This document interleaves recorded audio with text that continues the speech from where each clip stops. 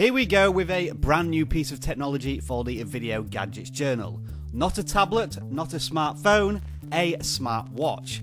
And because this is completely foreign territory to me, I'm actually going to use an instruction booklet for the first time in years because I literally have no idea what I'm doing with a smartwatch. Press and hold the power button.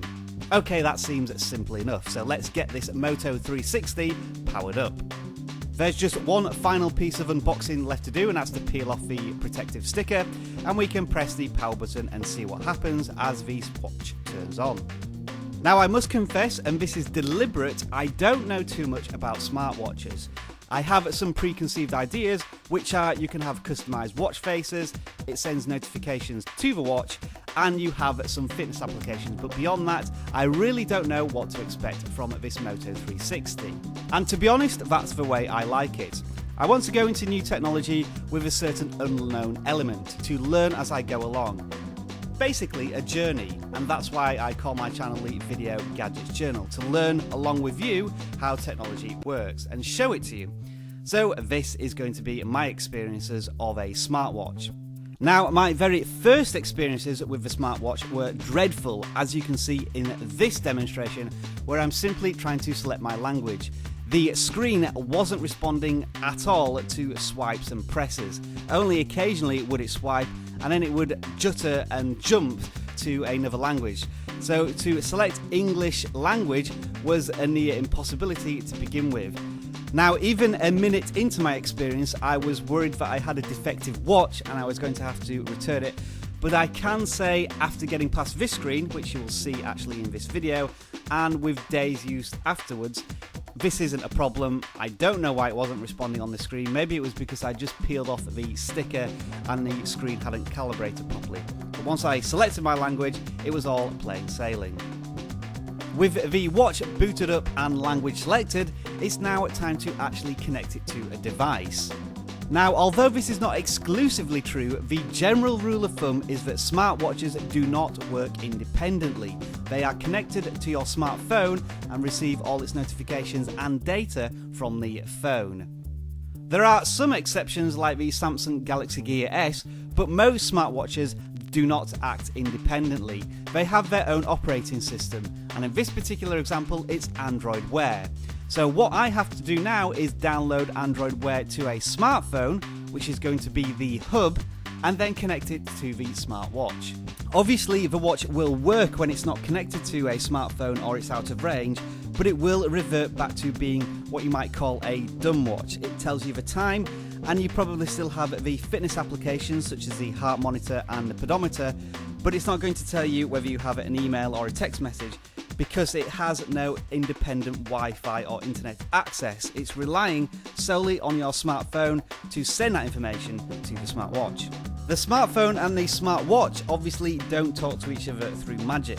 There is a connection that's required, and that's done through Bluetooth on your mobile phone.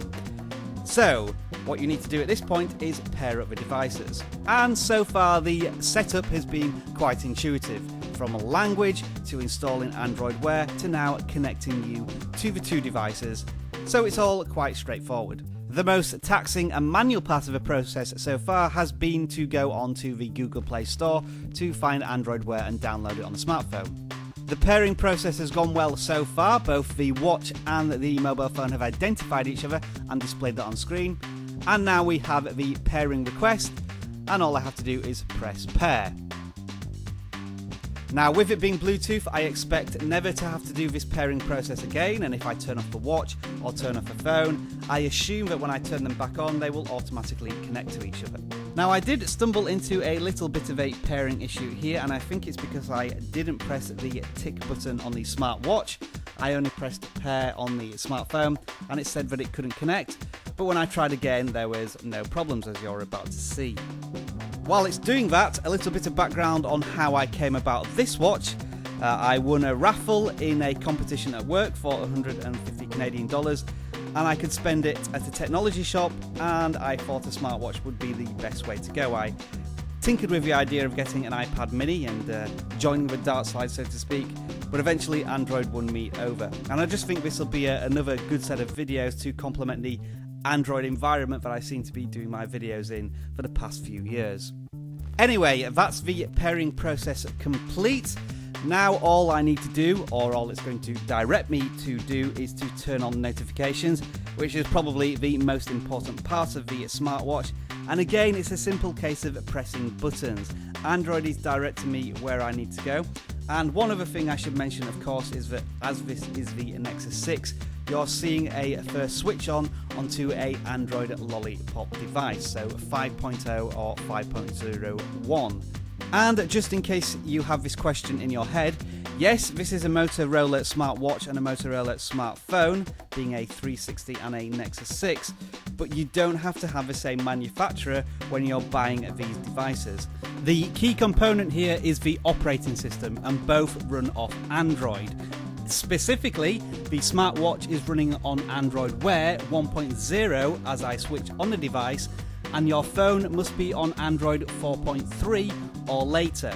So with modern smartphones such as the Galaxy S5, Note 4, OnePlus One, M8, you'll be fine. But if you do have an older device, you'll need to upgrade or upgrade your phone if it's a very old device and can't update to the latest operating system. At the moment, the Nexus 6 is cracking through a quick tutorial.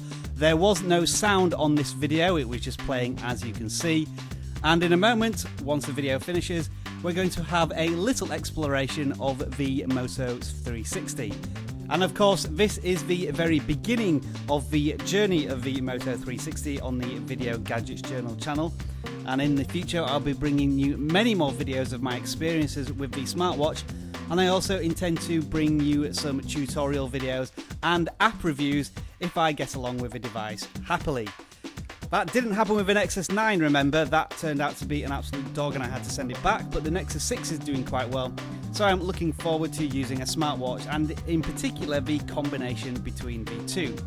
Because the Nexus 6 is quite a large device, and sometimes I'd like to keep it in my pocket so that the watch can tell me the information I need to know from my phone. So just before we look at the watch in more detail, to confirm, Bluetooth does need to be switched on the smartphone, and that will be of particular interest in terms of battery usage, which I'll look at in a later video. Welcome to the Moto 360, and it works like any touchscreen device, relying on swipes and taps. The general principle seems to be swipe up to cycle through information such as weather, email, text alerts, football scores, and so on.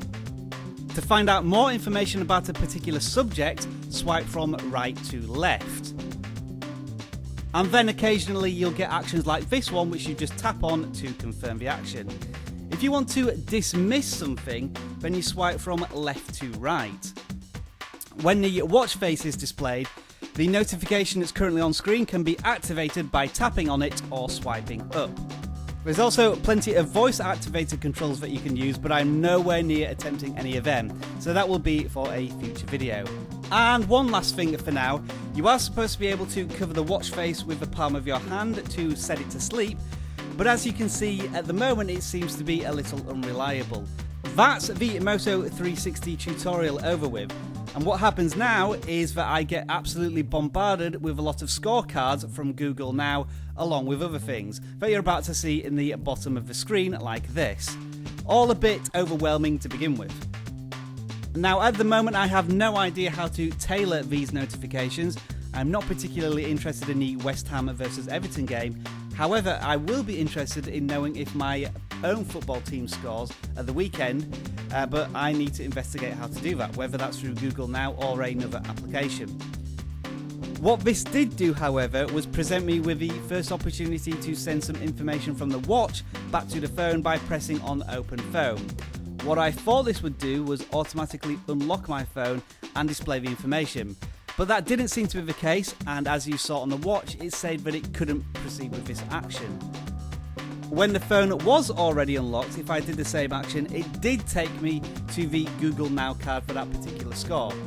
These are all things that obviously I'm going to have to investigate in a little more detail, and to be honest, we're looking at a watch which hasn't been updated with the latest Android operating system yet, and that's going to be the next thing I will do once this video is finished.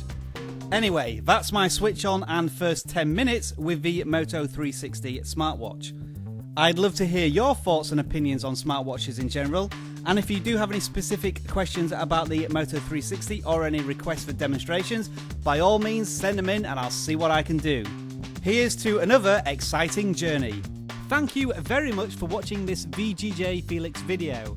I hope it intrigued, informed and entertained you. If it did, I would really appreciate you clicking that thumbs up button at the bottom of the video, and don't forget to subscribe if you haven't already done so.